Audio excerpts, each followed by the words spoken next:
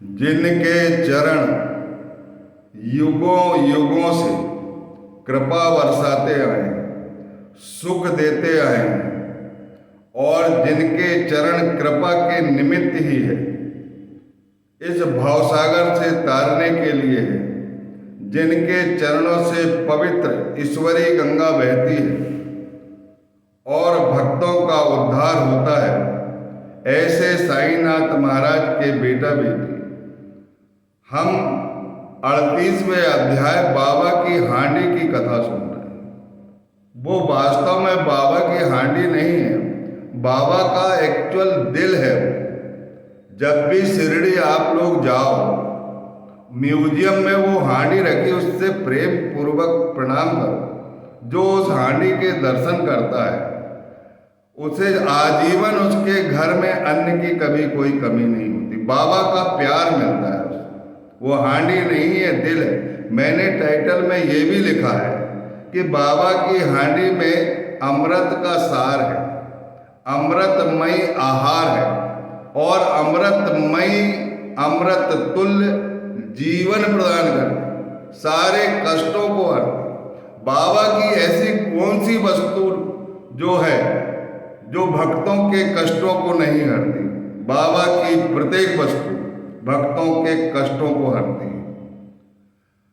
फिर भी लोग उनको भेद दृष्टि से देखते हैं, लेकिन मुझे इस बात को जानना आवश्यक है कि साईं इतना दीजिए, जामे कुटुंब समाए, मैं भी भूखा ना रहूं, साधु भी भूखा ना जाए।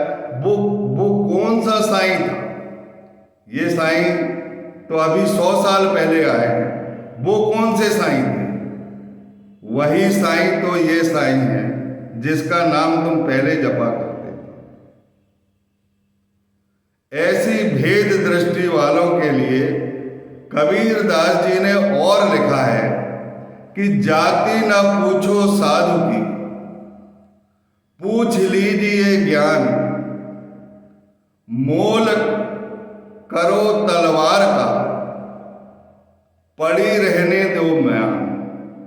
जाति ना पूछो साधु की, पूछ लो ज्ञान, मोल करो तलवार का, पड़ी रहने दो म्यान। जाति पाति भजे न कोई, हरि को भजे हरि से हो, हरि का हो। तुलसीदास जी ने भी ये चौपाई लिखा है, और कबीर दास जी ने भी कितना अच्छा दोहा लिखा है। और इसके बाद भक्त रैदास ने हमेशा कहा है, हरि में जैसो तैसो।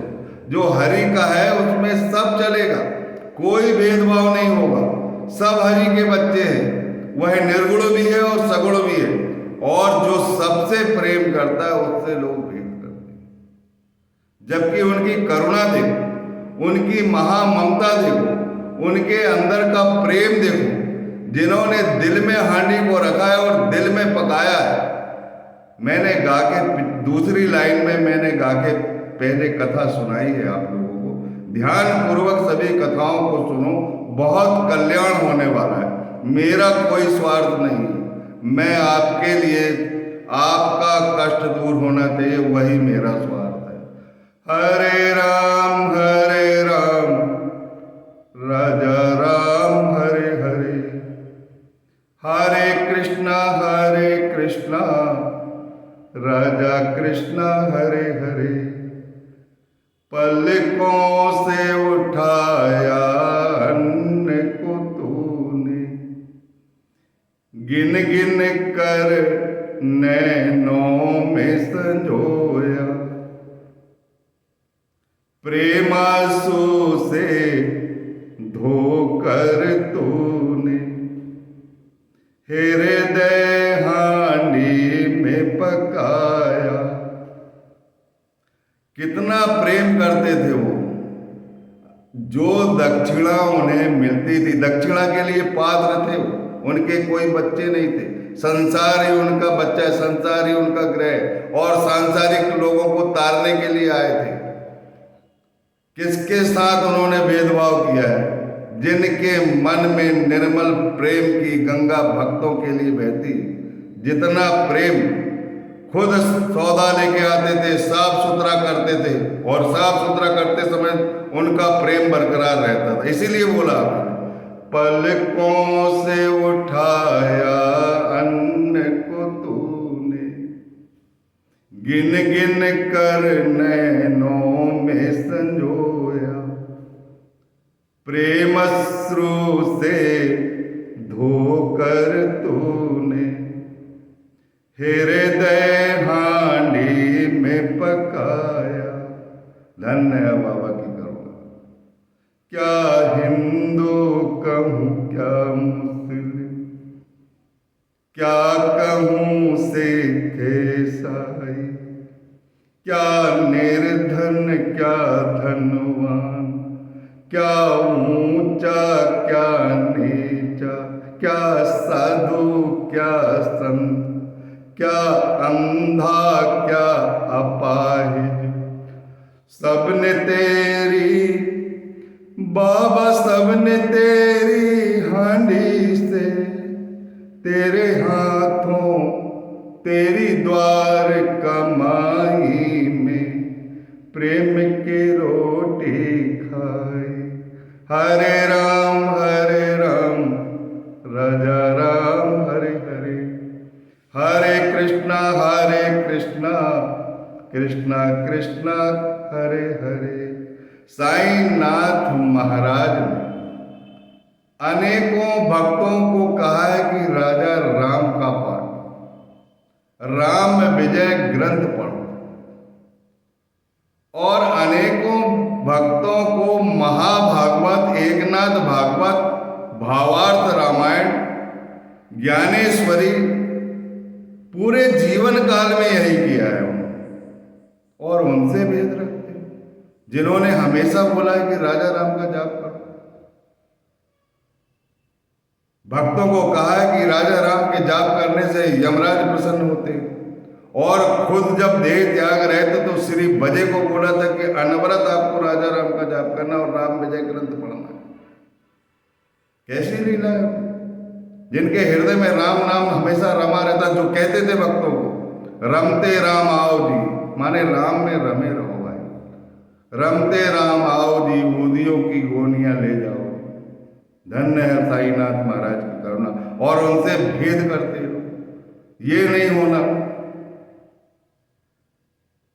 जबकि साईनाथ महाराज ऐसे बच्चों से भी प्रेम करते थे, पहले भी प्रेम करते थे और आगे भी प्रेम करेंगे। लेकिन उनके भक्तों को दुख इस बात का होता है कि जो चीज साईनाथ महाराज समझाना चाहते थे, तत्व की, रहस्य की, कि मालिक एक है, वह सगुण रूप में अवतरित होता है, उन्होंने किसी का अपमान नहीं किया।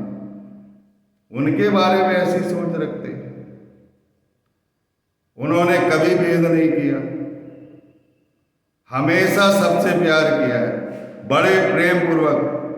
कभी दाल के मटकुले बनाते थे, कभी चने की दाल उबाल करके उसके पानी को बघार करके पूरन और दाल को पीस करके पूरन पूरी खिलाते थे, कभी साजा बनाते थे, कभी उपमा बनाते थे, कभी मीठे चावल बनाते थे, कभी नमकीन चावल बनाते थे, और कभी कभी मांस मिश्रित हांडी भी पकाते थे, क्योंकि वो मुस्लिमों से भेदभाव नहीं करते थे, किसी से भेदभाव नहीं करते। वो मौलवियों को दे देते थे हांडी उठाकर, तुम अपने हिसाब से जो करना है वो करो, फातिया करो, जो करना तुम्हारे धर्म में जो लिखा है वो करो।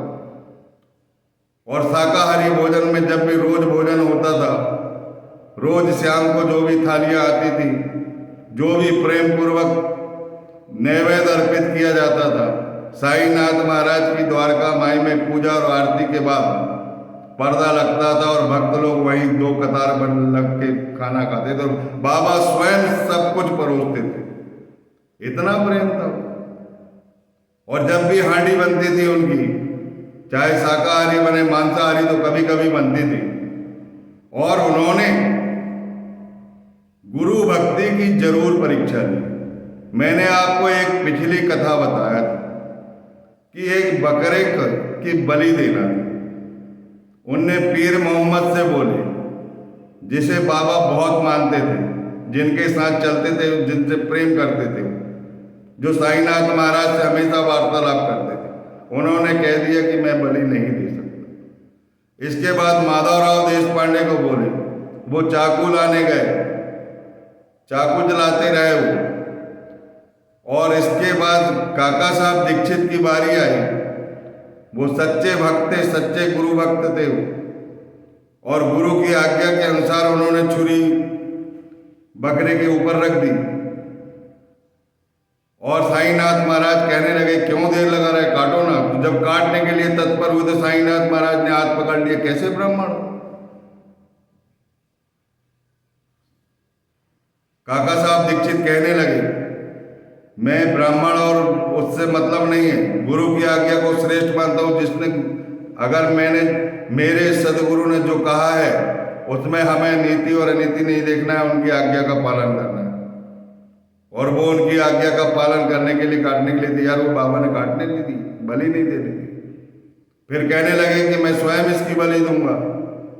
और फिर उस बकरे के ऊपर हाथ फेरे, प्रेम किया उससे। उस बकरे ने उनके चरणों पर प्राण दे दिया। उसी समय उसके प्राण चले गए। कितनी चमत्कारिक घटना है।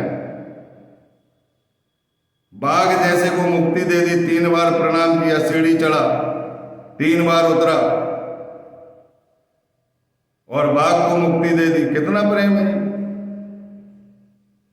इसी प्रकार दादा केलकर को एक बार उन्होंने गुरु भक्ति की परीक्षा लेने के लिए हांडी खोलो, नमकीन चावल बने थे उसमें, हांडी खोलो, और कैसा बना है? बोले अच्छा बना, अच्छा वाला सुगंध लेके। बोले नहीं, चख के बताओ मुझे अच्छा बना कि नहीं। जब वो चखने के लिए तत्पर हो गए, गुरु की आज्ञा थी, तो उन्हें गले से लगा लिया और उनसे प्रेम किया।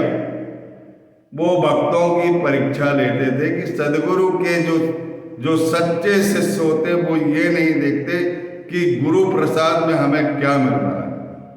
गुरु जब प्रसाद बांटते हैं और शिष्य यदि संकित हो जाए तो उसका अधः पतन हो जाता है। ऐसा हेमंत पद ने लिखा है। यदि सदगुरु को अगर मान रहे हो तो जो आज्ञा वहां से हुई उस आज्ञा का पालन करना चाहिए। वो जानते थे मेरा जो भक्त है उसकी कितनी आध्यात्मिक उन्नति हुई। और ये हांडी का जो कार्यक्रम है उन्होंने फिर बंद करवा दिया, स्थगित करवा दिया। लेकिन उनका प्रेम जो है वो बहुत उच्च कोटि का प्रेम था। नैवेद्य के संबंध में वो पहले गरीबों को भोजन देते थे और जो भक्त गण रहते थे उन्हें प्रेम पूर्वक खिलाते थे। और जिन्होंने ये भोजन किया है वो बड़े भाग्यशाली हैं। जिन्होंने हांडी का भोजन कर लिया है यानी उन्होंने अमृतमय आहार ले लिया है। हे बेटा बेटी साईनाथ महाराज के चिंता करने की कोई बात नहीं। तुम ही थे लोग, तुम ही थे वो लोग जो पिछले जन्म में ये जो कथाएं सुन रहे हैं, इनका जरूर पिछले जन्म में साईनाथ महाराज से संबंध रहा होगा, तब वो इतना प्रेम कर रहे हैं। और जो आज बुराई कर रहा है वो कल साईनाथ महाराज के चरणों में आएंगे। खुद ही बिठाते हैं और खुद ही निकालते हैं। जो 100 साल पहले जिनका अवतार हुआ है तो वो कोई ग्रंथों में लिखा हुआ थोड़ी रहेगा। और जिनने गुरु चरित्र पढ़ा है गंगाधर सरस्वती का, वो जानता है कि साईनाथ महाराज कौन थे। साईनाथ महाराज दत्त अवतार हैं। पहला अवतार श्रीपाद वल्लभ, दूसरा अवतार नरसिंह सरस्वती और 5 समकालीन अवतार है स्वामी समर्थ अक्कलकोट की, पुण्यवंत वामन शास्त्री, स्वयं श्री साईनाथ महाराज, शेगांव के गजानन महाराज, खंडवा के दादा धोनी वाले और नागपुर के ताजुद्दीन। उसमें इस बात का उल्लेख है कि ताजुद्दीन महाराज दत्त अवतार है, क्योंकि बात यह हुई थी कि मुस्लिमों के लिए एक संत का होना आवश्यक है। तो उन्होंने ताजुद्दीन महाराज पर कृपा की। वो तो सैनिक थे और इबादत किया करते थे। अचानक उनको जैसे दत्त महाराज की कृपा हुई और उन्होंने कल्याण करना चालू हो गया, अपनी दुनिया, पूरा संसार उनका ग्रह हो गया, बैराग हो गया उनको। और जब उनकी दरगाह में आग लगी थी तो साईनाथ महाराज ने अपनी धूनी में पानी डाल दिया था। माधवराव देशपांडे कहने लगे, देवा ये क्या कर रहा है, धूनी जला के रखे भक्तों के कष्टों के हरने के लिए और अब पानी डाल रहा है। बोले नहीं, अभी भी कष्ट हर रहा हूं। मेरे छोटे भाई नागपुर में रहते, उनके यहाँ दरगाह में आग लगी, उस आग को बुझा रहा हूं। और स्वयं ताजुद्दीन महाराज ने ये बात कही है कि मेरे भाई ने मेरी आग बुझाई। ऐसा प्रेम है। इनका शरीर अलग अलग है, आत्मा एक है। ईश्वर की प्राप्ति बगैर सच्चे सदगुरु के बिना नहीं हो सकती।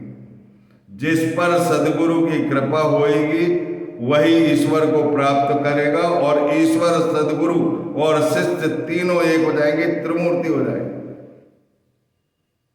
यही साईनाथ महाराज प्रेरणा दिया करते थे।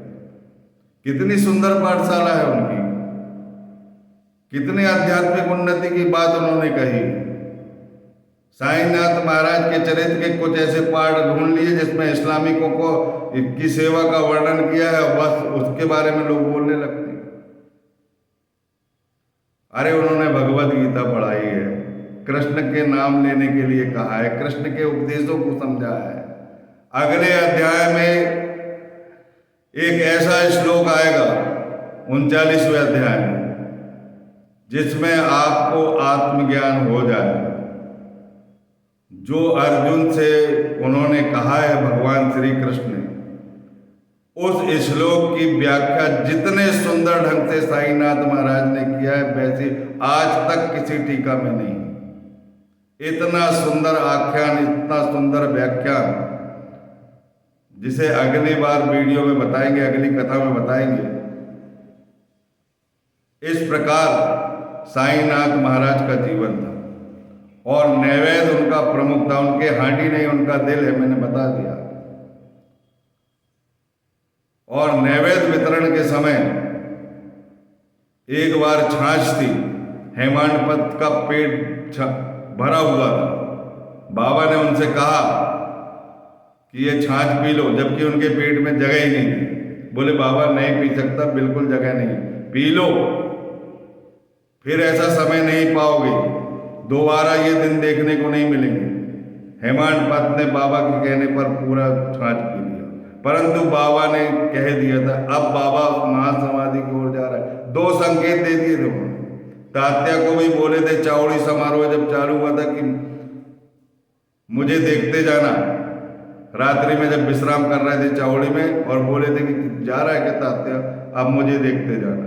और ये दूसरा किस्सा है छाछ का। हेमाडपंत को कहा है दोबारा आपको नहीं मिलेगा, इसीलिए उन्होंने पी लिए। उस छाछ, वो छाछ नहीं है, अमृत है। बोलिए सच्चिदानंद सदगुरु साईनाथ महाराज की जय। इसके बाद एक छोटी सी कथा बताने के बाद नाना साहब चांदोरकर की अगला अध्याय प्रारंभ करेंगे। जब तक के लिए सबको ओम साई राम।